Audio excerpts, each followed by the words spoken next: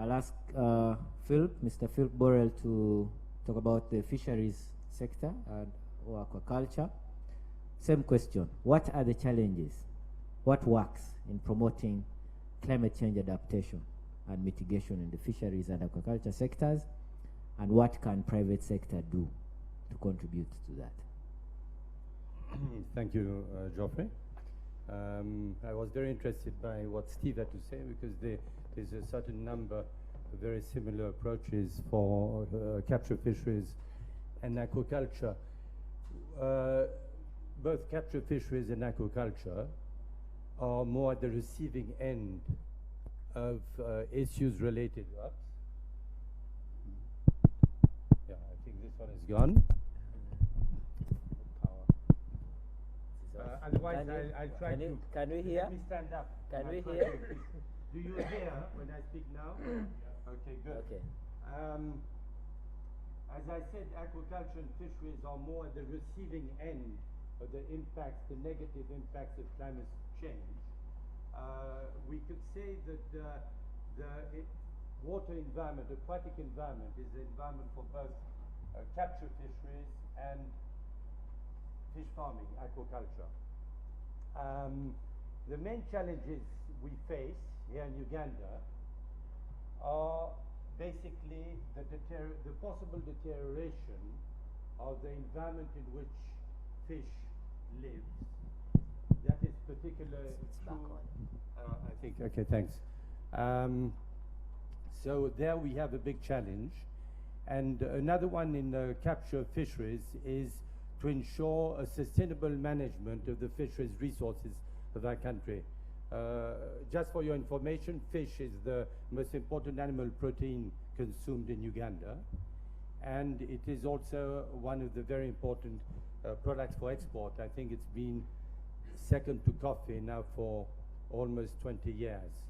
So it's an important... I think that we know that responsible fisheries and sustainable fisheries management can offer food security, export earnings, job creation, and livelihoods. But there's one aspect that has not been sufficiently stressed, I think, and that is how important it is to have a thriving capture fisheries for the aquatic environment. As you know, particularly around Lake Victoria, we have a challenge of large cities that are emerging.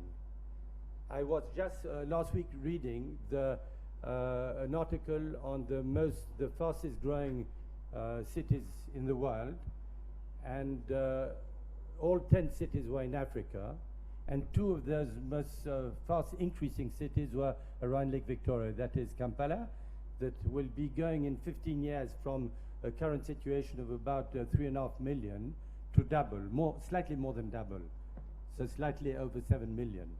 The second town around Lake Victoria is Mwanza, which is currently around 1 million and a few 100,000, and it will also double. So we can see that's a big challenge for the water quality. So it's important to look at the linkage between this session and green cities. In parallel to this session, we know there's one, I think, that is titled, what is it titled?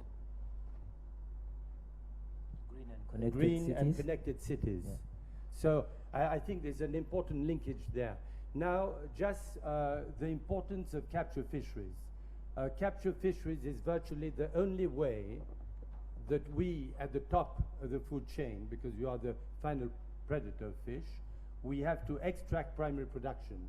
By primary production, I mean when we have a lot of nutrients coming in the lake, through these cities, also through unsmart agriculture, what happens, you have a lot of algae production. So you have phytoplankton, zooplankton production. And that can, when it's in too much abundance, it can be, of course, detrimental for the health of the lake. And you can actually choke a water body by excess of this type of plankton. So the fisheries is actually an activity that extracts that primary production, so the nutrients and the primary production through the food chain, it extracts it from the lake, and it's the only way of extracting that. Now, if we know that out of Lake Victoria there's about 1 million tons of fish that is fished every year, it gives you the importance for the health of the lake of actually extracting that 1 million tons. If we have bad fishing practices, it means we'll capture less fish, and therefore also for the health of the lake, we will not be able to, let's say, extract the nutrients and the primary production. So I think that is a point that has to be stressed. Coming to aquaculture. Aquaculture is an activity that needs a good aquatic environment. Quality of the water is the key for aquaculture. Aquaculture in Uganda is at its inception. A little bit maybe like the more commercial beef production. Commercial aquaculture is at its inception. About 10 years old in respect to the first commercial investments. How do we have a smart aquaculture? Smart aquaculture is an aquaculture that can get a potential of growth by minimizing the impacts on the water environment. And the best way of minimizing those impacts, and it makes me think of what was mentioned by Steve, there's first the genetics. If you have very good genetic quality of fish, you have faster growth rates and you have better feed conversion ratios. That means that you have to feed the fish less for it to get to the same weight. Or if you feed it the same, it will reach a higher weight. So you are actually minimizing the impact of the feeds on the environment. The other aspect is also basically the quality of your feeds. And that also resembles what Steve was mentioning for beef. Feed in aquaculture goes directly in the water environment. And you need a very high quality of feeds in order to have the best possible conversion and the least detrimental impact on the environment. When we know that the government of Uganda projects to have the private sector produce 1 million tons of fish in Lake Victoria, I'm not going to go, I don't have the time to go into the details of what it means in terms of feeds consumption, but you multiply by 1.6. So basically, yes, 1 million tons of fish is 1.6 million tons of feeds. So it's very important that we have the best quality feeds, and for that, there should be a regulatory environment and enforcement of the regulations in place in order to ensure that aquaculture can only be done based on the best feeds. And I will finish by mentioning that the European Union is currently in parallel to the beef project, developing with EDF 11 a PESCA project, which is promotion of sustainable commercial aquaculture in Uganda. And it covers a certain number of those topics, but it is very important that private sector input on top of the input of the government agencies responsible for fisheries be taken into account. We are midterm for the moment. I think that the project has covered quite a lot of ground, but definitely the midterm is the time to evaluate and give it an orientation that could make it probably more efficient. And I would just finish by one comment. I've seen quite a number, and I've participated in a number of projects funded by the European Union. I'm on the steering committee of this one, and I strongly feel that the energy and time put in the preparation of a project and the closure and the closing of a project is such that instead of having 5-year projects where the implementation period is too short, we need to go to at least 7 and preferably 10-year project for the full life of the project, so that we have about 6 or 7 years of real implementation. Thank you. Okay. Thank you very much. A big round of applause, please. Yes, so back to the audience. You've heard from the panelists. If there are any questions you have, then we could take that. We have the next about 14 minutes to do that. Any questions?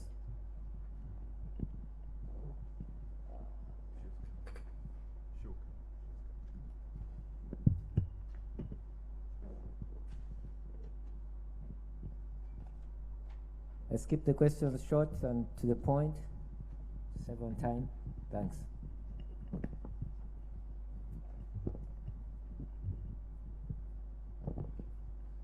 Thank you, Ron. My name is Tommy. I work for Marula, and we do insect feed for example, aquaculture or poultry. Recently, I read the newspaper report, some of you might have seen it in the Daily Nation, about the poisonous lake. And Mr. Burrell, you just mentioned it a little bit, but I have been talking to some people, and the state of the lake is so detrimental that this might cause a serious problem for the Ugandan aquaculture or Lake Victorian aquaculture. Could you maybe specify more the extent of the risk of the poison in the lake? According to the report, we're screwed. But I would like to have another opinion on, from another perspective. Thank you. Thank you. Any other question before we get back to the panelists? Yes, right here.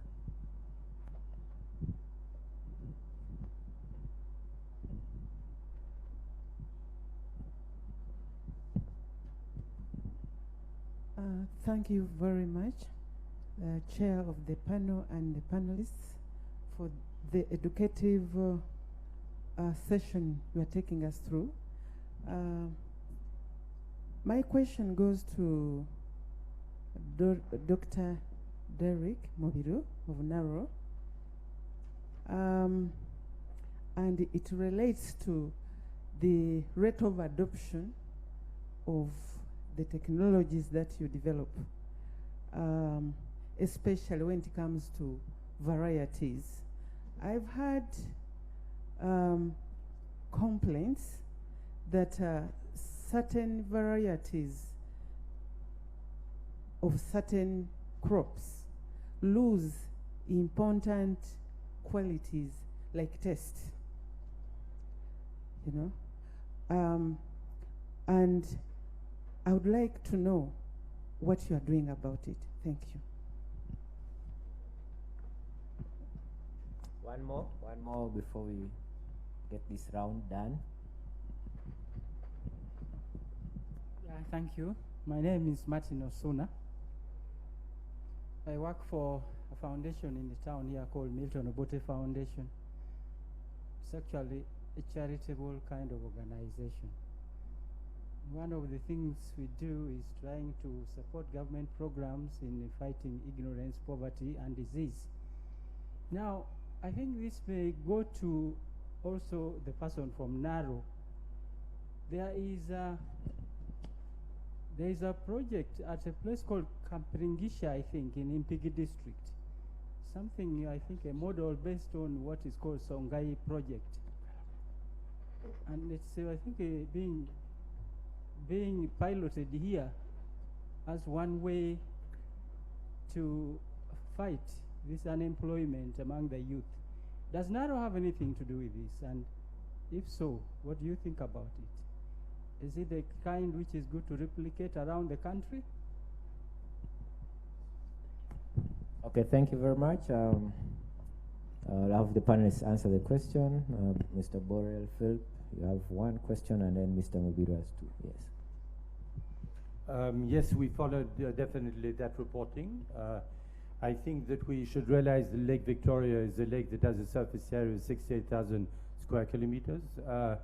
I don't know from which country you come, but it may be, if it's from the Netherlands or Belgium, it's about double the size of our countries. It is true that we have hotspots of pollution, particularly around these very large cities. I would think probably Kampala and Kisumu in particular, that's an industrial city. Otherwise, lake water, fish and sediment are tested on a regular basis. And I see here the CEO of Chemifa that does the testing with accredited, as an accredited laboratory. And generally the quality of the water in terms of pesticide residue and other residues is good. But we do have hotspots of pollution. So we should not, and there was a response of the Uganda government to this scare. But the scare is also justified, so we should not bury our heads in the sand. There's a risk. I mentioned cities that can double Kampala from 3,500,000 to 7 million. So we should already take the measures now for the 7 million. And it's for that I said there should be a close link from this session to the one on green and smart cities. So definitely preventive and corrective action where needed, and then preventive action and responsible aquaculture, well regulated and regulations well enforced is the way for the future with better genetics and better fields. Thank you. Thank you. Dr. Mubiru, the question was on rate of adoption of varieties and then some project in Kapingirisa or something. Campaigns, yes. Yeah. Thank you very much for your questions, Mrs. Kalembe. On adoption, this is a question that always comes up regarding narrow, that we breed crop varieties or animal breeds that maybe have lost some of the attributes. I'll take an example of maize. We have what they call the run races, and these are very sweet but low yielding, you know, and maybe not cannot withstand the impacts of what? Climate change. So now as a research institution, we breed for various reasons, different goals. And one of the goals could be maybe high yielding, drought tolerance, you know, in the the event of climate change. We have a number of crops that we deal with, and some of these are, they don't have issues of maybe taste. I've mentioned, I'll give an examples like the maize. We have hybrid maize, about 10 varieties, and these are fast maturing, drought tolerant, and high yielding. And we don't have issues about them. And if really, of course, we have heard in the sessions plenary, people talking about the issues of population growth. I think our rate was put at 3.2 or sometimes 3.5. That's the growth rate of the population. And if you are to depend on the land races, we cannot feed this country. So that's why the breeding programs come up with these new varieties. They may be less in taste, not as tasty as the land races, but our objective is to make sure that we have enough food for the population. Food security, that's what we are talking about. We have bean varieties that have been bred to incorporate vitamins that are necessary for the vulnerable, the children, expecting mothers, and narrow bean, it has a narrow bean, it's a vitamin fortified variety. So we have all these, and it actually depends on the consumers to pick what they want. But the other thing that we do when we're doing these programs is to do what we call variety selection programs. So we work with the farmers and we grow these crops, and then the farmers are able to go through selections depending on what they prefer. And after the variety selection sessions, then we release some of these crop varieties. Now, the question about the Camping's Songea model, this is a model that came from Korea. That's where it started from. And it's being promoted by COPIA. COPIA is the Korean International Corporation in Uganda. Now, it's under the Ministry of Agriculture, Animal Industry and Fisheries. And NARO, a National Agricultural Research Organization, is just an agency in the ministry.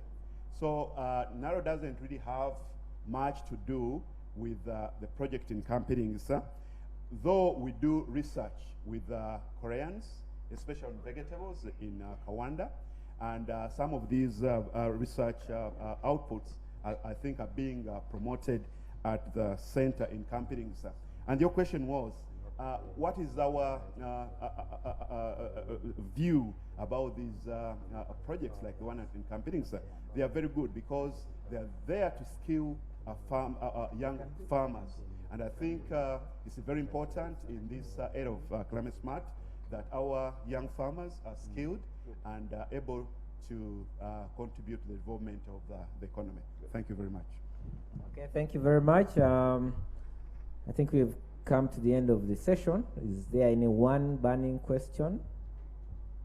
If not, then let's give a big round of applause to ourselves for enduring the entire day. So good night. See you tomorrow. Thank you, Chairman.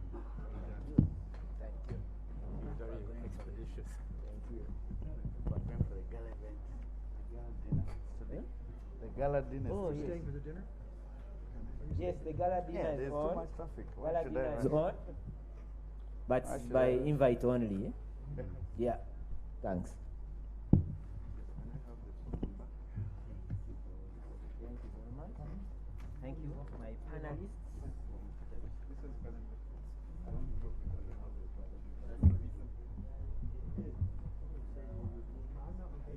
Eddie,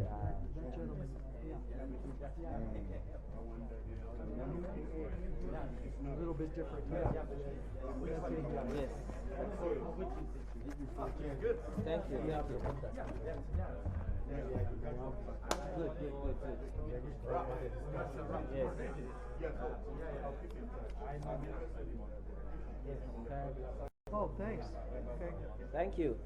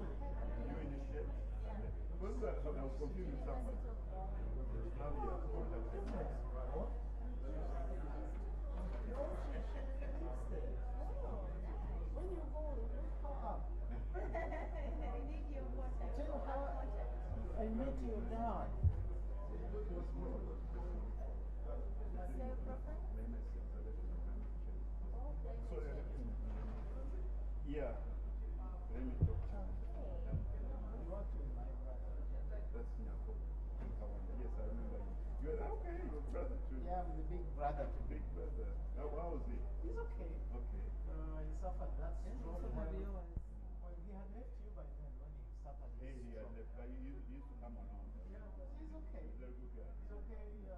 Greetings to you. Great to meet you. He suffered. It's his speech that was most affected. But you don't know it. I'm interested in your business. You have an okay hand. You know, And I saw you were interested, that's why I gave you. I mean, a private, a public, Yes. that's where I do most things. But I also have a private farm. I have a farm. I deal in seedlings, coffee, new lines, coffee. Then I grow trees, I grow coffee. But I'm forming kind of a recreational center at the farm. And I planted a few apple trees. But when I came to grading, trying to make the place into what I wanted, I lost some of them. So when I saw this, because I got those in from Covers, Patricia, and now you're near here, I thought that maybe we could talk. I'm not really, I might get into an orchard, but I just want some ornament around. Let me ask you a question. How did those ones perform? No, they were young, just sitting. They didn't die, but I drove an excavator, so we're trying to evaluate. I have fish ponds. I'm talking to Corella about that.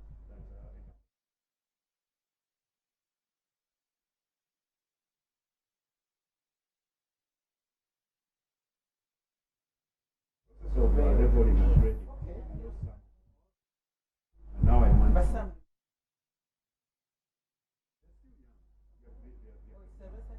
Yeah, we just planted about 1 season ago. So, but are now going back to cover.